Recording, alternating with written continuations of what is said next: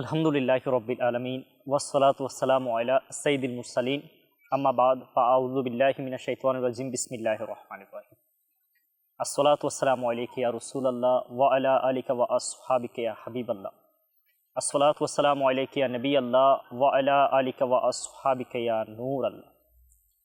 প্রিয় ইসলামী ভাইয়েরা এবং মাদানী চ্যানেলের দর্শকবৃন্দ, আলহামদুলিল্লাহ হাজির হয়েছি এসো গল্প শুনি অনুষ্ঠানের নতুন একটি এপিসোড নিয়ে।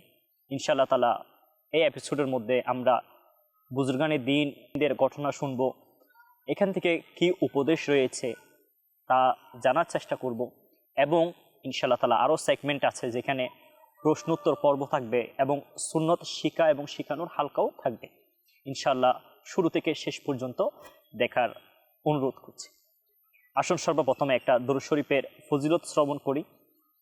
প্রিয় নবী রাসূল আরবি সাল্লাল্লাহু আলাইহি ওয়াসাল্লাম ইরশাদ করেন, যে ব্যক্তি আমার উপর একবার দরুদ শরীফ পাঠ করবে আল্লাহ তাআলা তার উপর 10টি রহমত নাজিল করবেন। সেজন্য আমাদেরও উচিত আল্লাহ তাআলার রহমতে মধ্যে আমরাও যাতে অংশীদার হতে পারি, আল্লাহ তাআলার রহমত যাতে আমাদের উপর বর্ষণ হয়, সেজন্য সর্বক্ষণ দরুদ শরীফ পাঠ করা। তো আসুন মজলিসকে বরকতময় করতে একবার দরুদ শরীফ পাঠ করি। সাল্লু আলাল হাবিব সাল্লাল্লাহু আলা মুহাম্মদ সাল্লাল্লাহু আলাইহি ওয়া আলিহি ওয়াসাল্লাম। আলহামদুলিল্লাহ আমরা আমাদের অনুষ্ঠানে সর্বপ্রথম কোরআনে পাকের তেলাওয়াত দ্বারা শুরু করে থাকি। তো ইনশাআল্লাহ তাআলা আমরা এ পর্যায়ে আমাদের ছোট বন্ধুদের থেকে কোরআনে পাকের তেলাওয়াত শ্রবণ করব। صلوا على الحبيب صلى الله تعالى على محمد صلى الله تعالى عليه وسلم.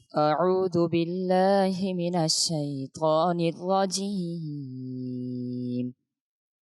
بسم الله الرحمن الرحيم. يا أيها الذين آمنوا اتقوا الله وقولوا قولا سديدا يصلح لكم أعمالكم ويغفر لكم ذنوبكم ومن يطع الله ورسوله فقد فاز فوزا عظيما. إنا عرضنا الأمانة على السماوات والأرض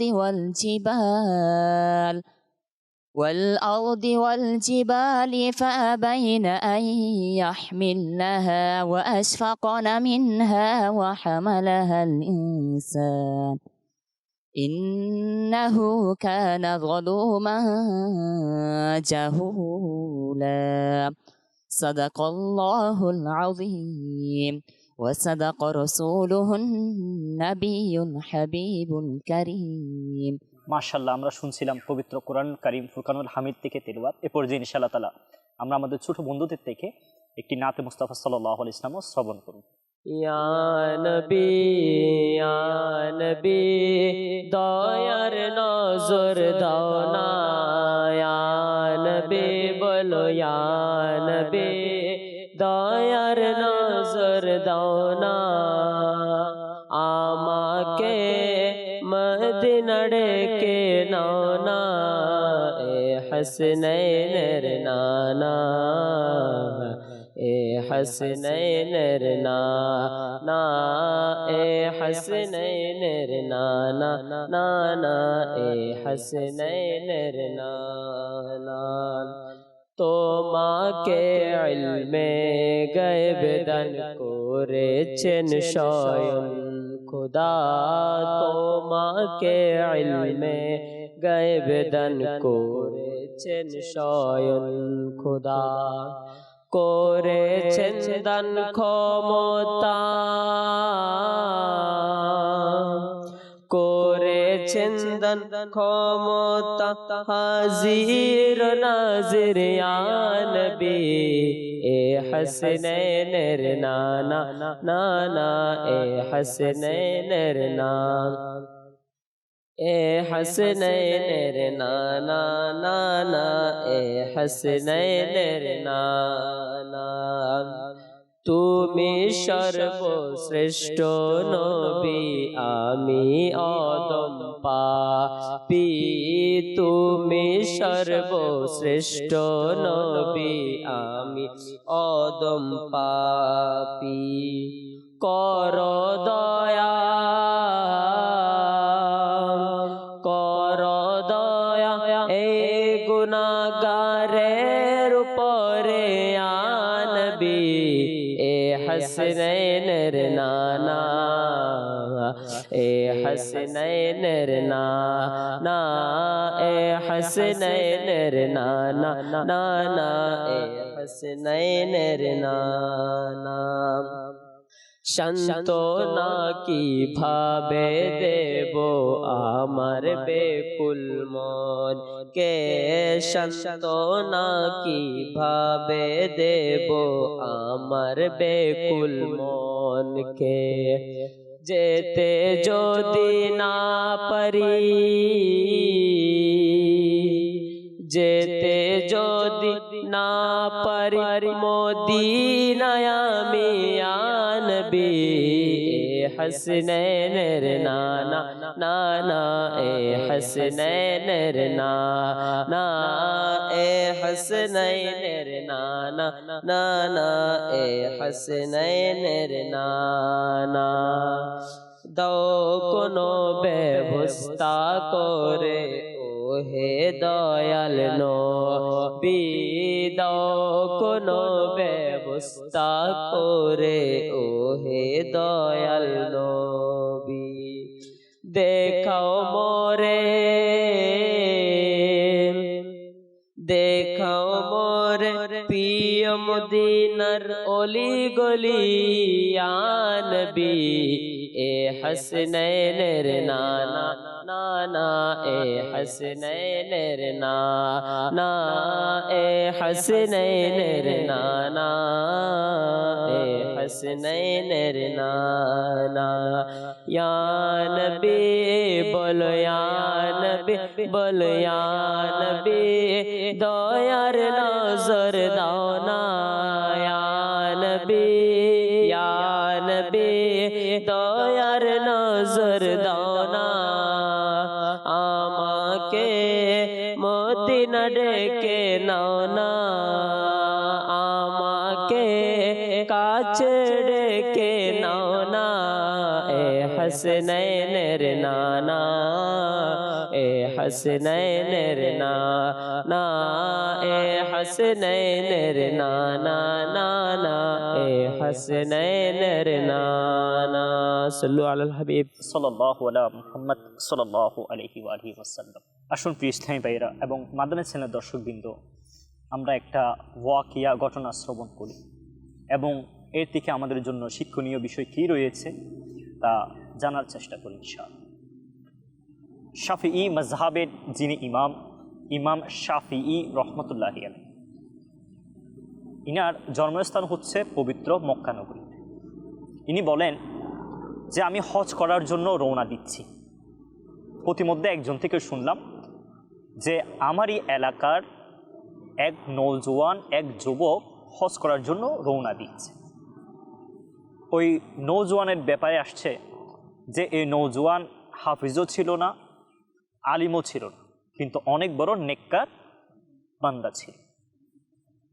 এই নওজোয়ানকে দেখার, এর সাথে কথা বলার একটা তৃষ্ণা আমার মধ্যে চলে আসছে, মানে আমি এই নওজোয়ানের সাথে দেখা করব। অনেক ফরহেজগার মানুষ এর সুনাম করছে। ইমাম শাফি রহমতুল্লাহি আলাই যখন পবিত্র কাবাগরের মধ্যে তাওয়াফ করছেন, দেখছেন ওই নওজোয়ান সামনে সামনে হেঁটে তাওয়াফ করছে। ইমাম শাফি রহমতুল্লাহি আলাই ওই নওজোয়ানের পাশে গেলেন, গিয়ে পরিচয় জিজ্ঞেস করলেন।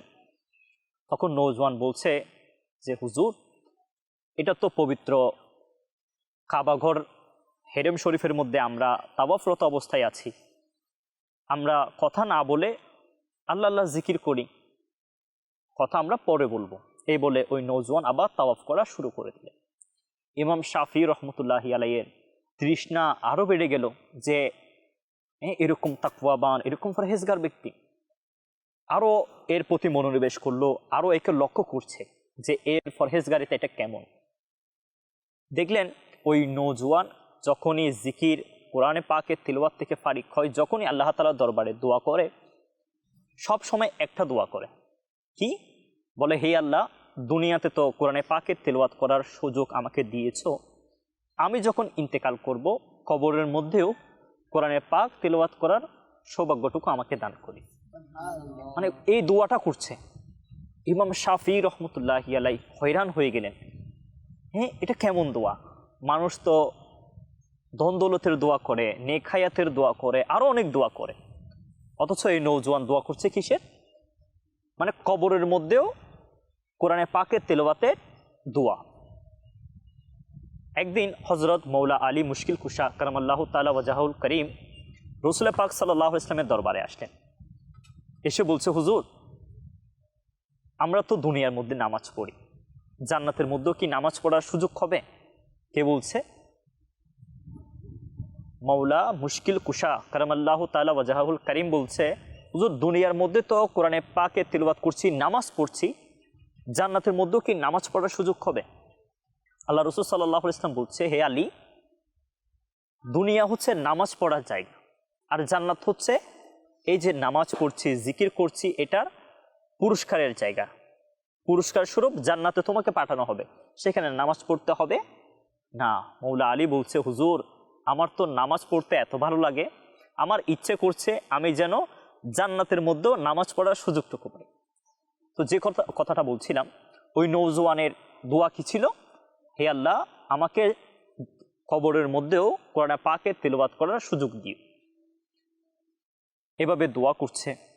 ইমাম শাফি রহমতুল্লাহ আলাইহি বলছেন যে আমি অনেকবার চেষ্টা করেছি এই নওজোয়ানের সাথে একটু কথা বলতে, সময় অতিবাহিত করতে, কিন্তু কখনো একে আমি ফ্রি পাইতাম না। মানে যখনই একে দেখতাম, হয় কোরআনে পাকের তিলাওয়াত করছে, না হলে জিকির করছে, না হলে নামাজ পড়ছে, না হলে তাওয়াফ করছে, না হলে দোয়া করছে। মানে অবসর সময় ছিল না যে যুবকের সাথে আমি একটু কথা বলব। একদিন ইমাম শাফি রহমতুল্লাহি আলাইহি দেখলো ওই যুবক মসজিদের মধ্যে নামাজ পড়ছে, নামাজ পড়ে কোরআন তেলাওয়াত করছে। ইমাম শাফি রহমতুল্লাহি আলাইহি চুপি চুপি ইনার পিছনে বসে গেলেন এবং মনে মনে একটা ইনার ইচ্ছা জাগলো যে আজকে যে কোনো উপায়ে আমি এই নওজোয়ানের সাথে কথা বলবো, যে কোনো উপায়ে। এভাবে পিছনে বসে গেলেন। হঠাৎ করে ওই নওজোয়ান পিছনে ফিরে এবং বলছে, হুজুর, আমি একটু আপনার সাথে কথা বলতে চাই। ইমাম শাফি রহমতুল্লাহি আলাইহি খুশি হলেন যে আমি তো এটাই চাই যে নওজোয়ান আমার সাথে একটু কথা বলুক। এখন যেহেতু ইনি নিজ থেকে বলেছে, এটা আরও সুযোগ হয়েছে। তখন বলল, জি বলেন। তখন ওই নওজোয়ান বলছে, হুজুর, এই দিনারগুলা রাখেন, আজকে জোহরের নামাজের পর আমার ইন্তেকাল হয়ে যাবে, এই দিনারগুলা দিয়ে আপনি কাফনের কাপড় কিনে আমাকে কাফন পরিয়ে জান্নাতুল মুআল্লার মধ্যে দাফন করে দিয়ে। ইমাম শাফি রহমতুল্লাহি আলাইহির চক্ষু অশ্রুসিক্ত হয়ে গেল। ইনি কোনো একটা কিছু বলতে যাচ্ছেন, তখন ওই নওজোয়ান বলছে, হুজুর, আমার উপরে দয়াটা করেন, আপনি আমার এলাকার মানুষ, আপনি একটু মেহেরবানি করে আমাকে কাফন দিয়ে দাফনটুকু করিয়ে দিন। ইমাম শাফি রহমতুল্লাহ আলাইহি আর কিছু বলতে পারলেন না। যথারীতি জোহরের নামাজ পড়লেন।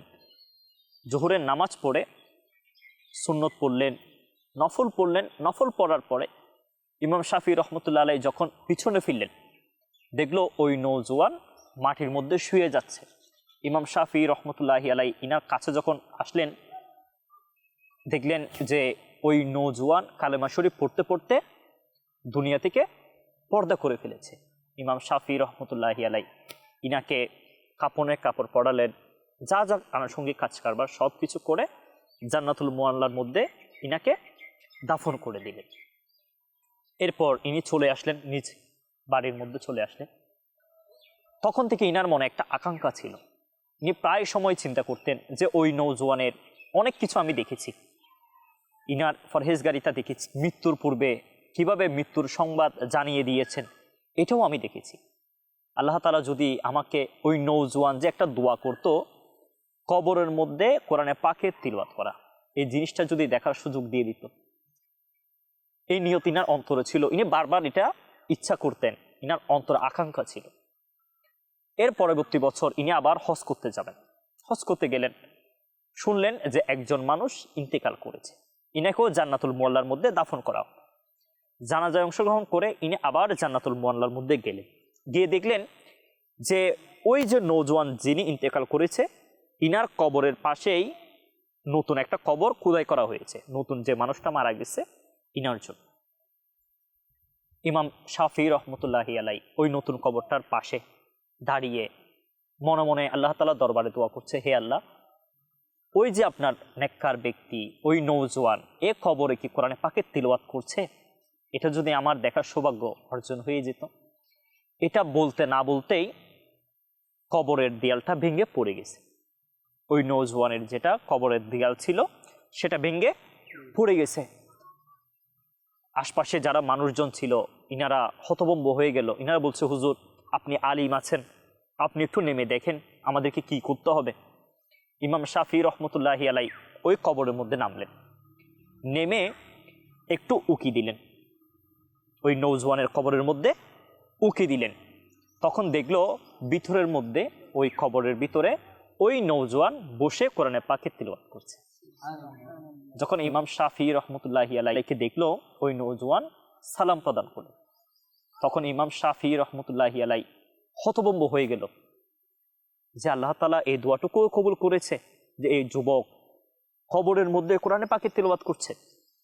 তখন নওজোয়ান বলছে, হুজুর আল্লাহ তাআলা আপনার দোয়া কবুল করেছেন, আপনি দেখতে চেয়েছেন আমি কবরে কি করছি, দোয়া কবুল করেছে, বাস এখন আপনি একটা আমার উপর দয়া করেন, কবরের যেটা দেয়াল ভেঙে গেছে সেটা একটু মেরামত করে ঠিক করে দেন, কাউকে ডাকিয়েন না, আমি এখানে কি আছি সহি সালামতে আছি। প্রিয় ইসলামী ভাইয়ের, এই ঘটনা থেকে জানলাম যারা আল্লাহ তাআলার ফরহেজগার ব্যক্তি আছে, নেককার ব্যক্তি আছে, যারা দুনিয়ার মধ্যে ইবাদত বন্দি করে, তারা কবরের মধ্যেও ওইভাবেই জীবিত থাকে এবং আল্লাহ তাআলার দয়ায় ইনারা কবরের মধ্যে ইবাদত করার সুযোগটুকু পায়।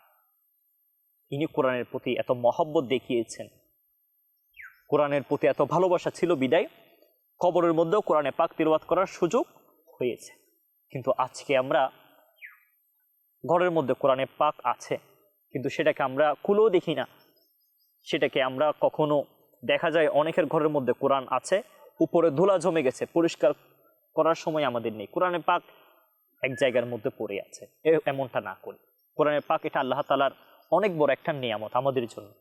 যদি পড়তে নাও জানি তারপরে অন্ততপক্ষে দিনে একবার সেটা হাতে নেই, বুকের মধ্যে লাগাই, চুমু দেই, ইনশাআল্লাহ তাআলা বরকত নসিব হয়ে যাবে। আর আশপাশে আলহামদুলিল্লাহ দাওয়াত ইসলামীর বয়স্কদের কোরআন শিক্ষা প্রশিক্ষণ যেখানে হয়, আমি সবার কাছে অনুরোধ করব আমরা সেখানে যাতে অংশগ্রহণ করি এবং আমাদের ঘরের মধ্যে যারা ছোট বাচ্চাগণ আছে ইনাদেরকে আমি অনুরোধ করব দাওয়াত ইসলামীর মাদ্রাসাতুল মদিনার মধ্যে কোরআনে পাক শেখার জন্য ভর্তি করিয়ে দিই। আল্লাহ তাআলা আমাদের সবাইকে সহি শুদ্ধভাবে কোরআনে পাকের মহব্বত অন্তর নিয়ে কোরআনে পাক তিলাওয়াত করার তৌফিক দান করুন।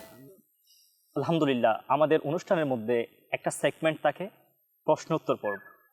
এই পর্বের মধ্যে আমরা আমাদের ছোট বন্ধুদের থেকে বিভিন্ন প্রশ্নের উত্তর জেনে থাকি যেগুলো আমাদের দৈনন্দিন জীবনের মধ্যে কাজে লাগে। আমরা এমন অনেকেই আছি, আমাদের অনেক ছোট বন্ধুরা আছে যারা ইসলাম সম্পর্কে এখনো অনেক কিছু জানে না, এনাদের মনে বিভিন্ন ধরনের প্রশ্ন আসে। তো আমরা ইনশাআল্লাহ চেষ্টা করি বিভিন্ন সেগমেন্টের মধ্যে বিভিন্ন অনুষ্ঠানের মাধ্যমে ছোট বন্ধুদের কাছে এই পয়গামটুকু পৌঁছানোর জন্য ইসলামের বিভিন্ন বিষয়সমূহ যাতে এদের সামনে উপস্থাপন হয়ে যায়, এনারা যাতে ইসলাম সম্পর্কে সুন্দরভাবে জানতে সক্ষম হয়। তো ইনশাআল্লাহ তাআলা আমরা এই অনুষ্ঠানের মধ্যেও দুইটি প্রশ্ন সাজিয়েছি, ইনশাআল্লাহ তাআলা ছোট বন্ধুদের কাছ থেকে এর উত্তরও নেওয়ার চেষ্টা করব। আপনার নিকট প্রশ্ন হচ্ছে, আমাদের যে চারটা তরিকত আছে, কাদেরিয়া, চিশতিয়া, নকশবন্দিয়া এবং মুজাদ্দিদিয়া, প্রশ্ন যে কাদেরিয়া তরিকত ইনার প্রবর্তকের নাম কি? হযরত আব্দুল কাদের জিলানী রহমতুল্লাহি তাআলা আলাইহি। মাশাআল্লাহ, মারহাবা। জি হ্যাঁ, কাদেরিয়া তরিকত যেটা অনেক বড় একটা তরিকতের মিলন মেলা, হাজারো লাখো আশিকানে রসুল আছেন এই তরিকতের মধ্যে অন্তর্ভুক্ত। এই তরিকতের প্রবর্তক হচ্ছেন আমাদের বড় পীর আব্দুল কাদের জিলানী রহমতুল্লাহি। আপনার নিকট প্রশ্ন হচ্ছে, দ্বিতীয় যেটা তরিকত, দ্বিতীয় সর্বোচ্চ মানুষ যে তরিকতের সাথে সম্পৃক্ত রয়েছেন, চিশতিয়া তরিকত, এই তরিকতের প্রবর্তকের নাম কি? চিস্তিয়া তরিকতের প্রবর্তকের নাম হচ্ছে খাজা মঈনুদ্দিন চিস্তি রহমতুল্লাহ তাআলা আলাইহি। সুবহানাল্লাহ, মাশাআল্লাহ, মারহাবা। জি হ্যাঁ, চিশতিয়া তরিকত, যেটা দ্বিতীয় সর্বোচ্চ তরিকতের মিলন মেলা, এই তরিকতের প্রবর্তকের নাম কাজেগান খাজা মঈনুদ্দিন চিশতি রহমতুল্লাহি আলাইহি। আসুন ইনশাআল্লাহ আমরা এ পর্যায়ে একটি বুজুর্গানে দিনের রহমতপূর্ণ ঘটনা শ্রবণ করব এবং এর থেকে কিছু শিক্ষণীয় মাদানী ফুলও আমরা নেওয়ার চেষ্টা করব ইনশাআল্লাহ। হযরত সাইয়্যিদুনা জাফর রাদিয়াল্লাহু তাআলা আনহু বলেন, আমার একজন বন্ধু ছিলেন যিনি আমার সাথে হযরত সাইয়্যিদুনা মালিক বিন দিনার রাদিয়াল্লাহু তাআলা আনহু এর মজলিসে উপস্থিত হতেন। তিনি বলেছেন, আমি হযরত সাইয়্যিদুনা মালিক বিন দিনার রাদিয়াল্লাহু তাআলা আনহুকে স্বপ্নে জিজ্ঞেস করলাম, হে আবু ইয়াহিয়া, আল্লাহ পাক আপনার সাথে কিরূপ আচরণ করেন? অর্থাৎ ইনি যখন দুনিয়া থেকে ইন্তেকাল করেছে, আরেকজন ব্যক্তি নাকি স্বপ্নে দেখে জিজ্ঞেস করছে আল্লাহ তাআলা আপনার সাথে কিরূপ আচরণ করেছেন। তিনি জবাবে বললেন, খুবই ভালো আচরণ করেছেন। আমি নেক আমলের চেয়ে ভালো কোনো আমল দেখিনি। আমি সাহাবাই কিরাম আলাইহিমুর রিদওয়ানগণের মতো নেককার আর কাউকে দেখিনি। সলফে সলিহিনদের ন্যায় কোনো মজলিসই দেখিনি, আর আমি নেককারদের মজলিসের ন্যায় ভালো কোনো মজলিস দেখিনি। ইসলামী ভাইয়েরা, এই বর্ণনা থেকে আমরা এই বিষয়টা উপলব্ধি করতে পারলাম যে ভালো পরিবেশে থেকে ভালো সংস্পর্শ পাওয়ার সুযোগ হয়। ভালো পরিবেশের সাথে সম্পৃক্ত হওয়ার মধ্য দিয়ে নিজের জাহির এবং বাতিন সংশোধন হয়। কেননা ভালো পরিবেশই ভালো সংস্পর্শ ব্যাপক হওয়ার সুযোগ দান করে। আর কার অজানা যে ভালো সংস্পর্শের সুফল ও বরকত অত্যধিক। আল্লামা জালালউদ্দিন রুমি রহমতুল্লাহি আলাইহি বলেন, ভালো লোকের সংস্পর্শ তোমাকে ভালো করে তুলবে এবং মন্দ লোকের সংস্পর্শ তোমাকে মন্দ বানিয়ে ছাড়বে। সুফিয়ায়ে কিরামগণ বলেন, নেককারদের সংস্পর্শ সমস্ত ইবাদত থেকেও উত্তম। নেককারদের সংস্পর্শ এটা ইবাদত থেকেও উত্তম। কেন উত্তম? সাহাবাই কিরাম আলাইহিমুর রিদওয়ানগণের এই যে এত মর্যাদা আল্লাহ তাআলার দরবারে, এটার মূল কারণ হচ্ছে ইনারা রাসূল আকরাম সাল্লাল্লাহু আলাইহি ইসলামের সংস্পর্শ লাভ করেছেন, যার কারণে ইনাদেরকে সাহাবা বলা হয়। আবার যারা সাহাবাদের সংস্পর্শ ছিল ইনাদেরকে তাবিঈন বলা হয়। মোট কথা সংস্পর্শ মানুষদেরকে নেককার বানিয়ে দেয়। সেজন্য আমাদেরও উচিত আমরা যাতে নেক সংস্পর্শ ইখতিয়ার করি। যেখানে ভালো মজলিস হবে, ইলমে দ্বীনের মজলিস হবে, সেখানে যাতে আমরা বসে যাই এবং যেখানে কোনো মন্দ কাজ কারবার হবে, মন্দ মজলিস হবে, মন্দ বন্ধু বান্ধব থাকবে, সেখান থেকে যাতে আমরা দূরে থাকি। আল্লাহ তাআলা আমাদেরকে নেককার লোকদের সংস্পর্শ ইখতিয়ার করার, নেক মজলিসে বসার তৌফিক দান করুন। আলহামদুলিল্লাহ, আমরা আমাদের অনুষ্ঠান এসো গল্প শুনি এর লাস্ট একটা সেগমেন্টের মধ্যে রেখেছি সুন্নত শিখা এবং শিখানো। আজকাল আমরা সুন্নত থেকে অনেক দূরে। প্রিয় নবী সাল্লাল্লাহু আলাইহি ওয়াসাল্লাম যে কাজগুলো করতেন এগুলোকে সুন্নত বলা হয়। বুজুর্গানের দিনগণ এই সুন্নত সমূহ আমল করে আল্লাহ তাআলার নৈকট্য হাসিল করেছে। সেজন্য আমাদেরও উচিত আমরা যাতে প্রিয় নবী সাল্লাল্লাহু আলাইহি ওয়াসাল্লামের দেখানো পথে চলি এবং এই সুন্নতের উপর যাতে আমল করি। তা আসুন ইনশাআল্লাহ আজকে আমরা কবরস্থানে হাজির হওয়ার সুন্নত এবং আদব সম্পর্কে জানি। আমরা কবরস্থানে যাই, সওয়াবের জন্য যাই, মৃত ব্যক্তির ইসালা সওয়াবের জন্য যাই। কিন্তু অনেক সময় দেখা যায় যে আমাদের কবরস্থানে যাওয়াটা অনেক সময় বেয়াদবির মধ্যে পড়ে যায়। আমরা অনেক সময় গুনাহগার হয়ে যাই। কেন? আমাদের যাওয়াটা যেরূপ হওয়া উচিত ছিল সেরূপ হয় না। তো ইনশাল্লাহ আজকে আমরা কবরস্থানে যাওয়ার সুন্নত এবং আদব শিখব এবং ইনশাল্লাহ যখনই আমরা কবরস্থানে যাব এবং কোনো নেককার আল্লাহর ওলির মাজারে যাব, আমরা এই বিষয়গুলা স্মরণে রেখে এ মোতাবেক আমরা ইনশাল্লাহ কবরস্থানে হাজির দেওয়ার চেষ্টা করব। প্রিয় নবী সাল্লাল্লাহু আলাইহি ওয়াসাল্লাম ইরশাদ করেছেন, আমি তোমাদেরকে প্রথমে কবর জিয়ারত করা থেকে নিষেধ করেছি, এখন তোমরা কবর জিয়ারত করো, কেননা সেটা দুনিয়ার প্রতি অনাসক্তির কারণ আর আখিরাতকে স্মরণ করিয়ে দেয়। কবরস্থানে যখন আমরা বারবার যাব আমাদের অন্তরের মধ্যে একটা ক্ষুধাভীতি চলে আসবে, আখিরাতের ব্যাপারে চিন্তাভাবনা চলে আসবে। মুসলমানদের কবর জিয়ারত করা সুন্নত এবং আউলিয়া কিরাম রহমতুল্লাহি আলাইহির দরবারে হাজিরি মহান সৌভাগ্য। তাদের জন্য ইসালে সওয়াব করা মুস্তাহাব এবং সওয়াবের কাজ। আমরা যখন ইসালে সওয়াব করব সেটা মুস্তাহাবও এবং সেটা সওয়াবের কাজ। মাজার শরীফ বা কবর জিয়ারতের জন্য যাওয়ার সময় রাস্তায় অনর্থক কথায় মশগুল হবেন না। এটাও একটা নোট করা দরকার, যে আমরা কবরস্থানে যাই কিন্তু যাওয়ার পথে দেখা যায় বন্ধুবান্ধবরা মিলে আড্ডা দিতে যাই, অহেতুক কথা বলতে চাই, এর কারণে রুহানিয়তটা চলে যায়। সেজন্য আমরা অহেতুক কথা বলবো না। কবরকে চুম্বন করবেন না এবং কবরে হাতও লাগাবেন না, বরং কবর থেকে কিছু দূরত্ব বজায় রেখে দাঁড়াবেন। এটা হচ্ছে কবরস্থানের আদব। কবরকে ধরাও যাবে না, চুম্বনও করা যাবে না এবং বেশি কাছাকাছি থাকাও যাবে না, একটু দূরে থাকতে হবে। কবরে সিজদায়ে তাজিমে করা হারাম এবং ইবাদতের নিয়তে করা কুফরি। কবরের মধ্যে সিজদা করা এটা সম্পূর্ণরূপে হারাম এবং কেউ যদি ইবাদতের নিয়তে করে এটা কি হয়ে যাবে? কুফরি হয়ে যাবে। কবর জিয়ারত মৃত ব্যক্তির চেহারার সামনে দাঁড়িয়ে করা, আর কবরবাসীর পায়ের দিক থেকে যাবেন যেন তার দৃষ্টি সামনে থাকে, মাথার দিক থেকে আসবেন না, কারণ তাকে মাথা তুলে দেখতে হবে। কবরস্থানে এমনভাবে দাঁড়াবেন যেন কিবলার দিকে পিঠ হয় এবং আমাদের মুখমণ্ডল যাতে কবরমুখী হয়। হাদিস শরীফে রয়েছে যে 11 বার সূরা ইখলাস পড়ে এবং এর সওয়াব মৃত ব্যক্তিকে পৌঁছাবে, তবে মৃত ব্যক্তির সমসংখ্যক পরিমাণ সওয়াব যে ইসালে সব করবে সে লাভ করবে। আমি 11 বার সূরা ইখলাস শরীফ পাঠ করলাম এবং আমি যখন ওই কবরস্থানের যতগুলা মুর্দা শুয়ে আছেন, মৃত ব্যক্তি শুয়ে আছেন, এনাদের নামে যখন ইসালে সব করে দিব, তাহলে ওইখানে যত মুরব্বী শুয়ে আছে ওনাদের সমসংখ্যক নেকি আমার আমলনামার মধ্যে অর্জিত হবে। তাহলে চিন্তা করে দেখেন, কবরস্থানে গেলে ইসালে সব করলে ওই মৃত ব্যক্তিরও ফায়দা হয়, আবার পক্ষান্তরে নিজেরও ফায়দা হয়। ইমাম শাফিঈ রহমতুল্লাহি আলাইহি ইরশাদ করেন, আমি যখনই কোনো সমস্যায় পড়ে যেতাম ঘরের মধ্যে 2 রাকাত নামাজ পড়তাম, অতঃপর হজরত ইমামে আজম আবু হানিফা রহমতুল্লাহি আলাইহির মাজারের মধ্যে হাজিরি দিতাম এবং আল্লাহ তাআলার দরবারে দোয়া করতাম, যার কারণে আল্লাহ তাআলা আমার ওই সমস্যা এটার সমাধান করে দিতেন। আমরাও বিভিন্ন সময় পেরেশানির মধ্যে পড়ে যাই, বিভিন্ন সময় মুসিবতের মধ্যে পড়ে যাই, তখন আমরা কি করব? আমরা ইমাম শাফিঈ রহমতুল্লাহি আলাইহির মতো আমরা 2 রাকাত নামাজ আদায় করে আমরা মাজারের মধ্যে হাজিরি দিব, আল্লাহ তাআলার ওলির উসিলা দিয়ে যখন দোয়া করব ইনশাআল্লাহ তাআলা আল্লাহ তাআলা যদি চাই আমাদের ওই পেরেশানি দূর হয়ে যাবে। আল্লাহ তাআলা আমাদেরকে আদব এবং সুন্নতের উপর আমল করতে গিয়ে কবরস্থানে হাজিরি দেওয়ার এবং বেশি বেশি কবরবাসীদের জন্য ইসালে সব করার তৌফিক দান করুন। আলহামদুলিল্লাহ, এভাবেই আমরা আমাদের প্রতিটি অনুষ্ঠানের মধ্যে বুজুর্গানে দিনের বিভিন্ন ঘটনা, বিভিন্ন প্রশ্ন, বিভিন্ন সুন্নত সম্পর্কে জানবো। আমরা যাতে আমাদের প্রত্যেকটা এপিসোডগুলোকে দেখি এবং এই থেকে কিছু বিষয় আমরা যাতে শিখে এর উপর আমল করি।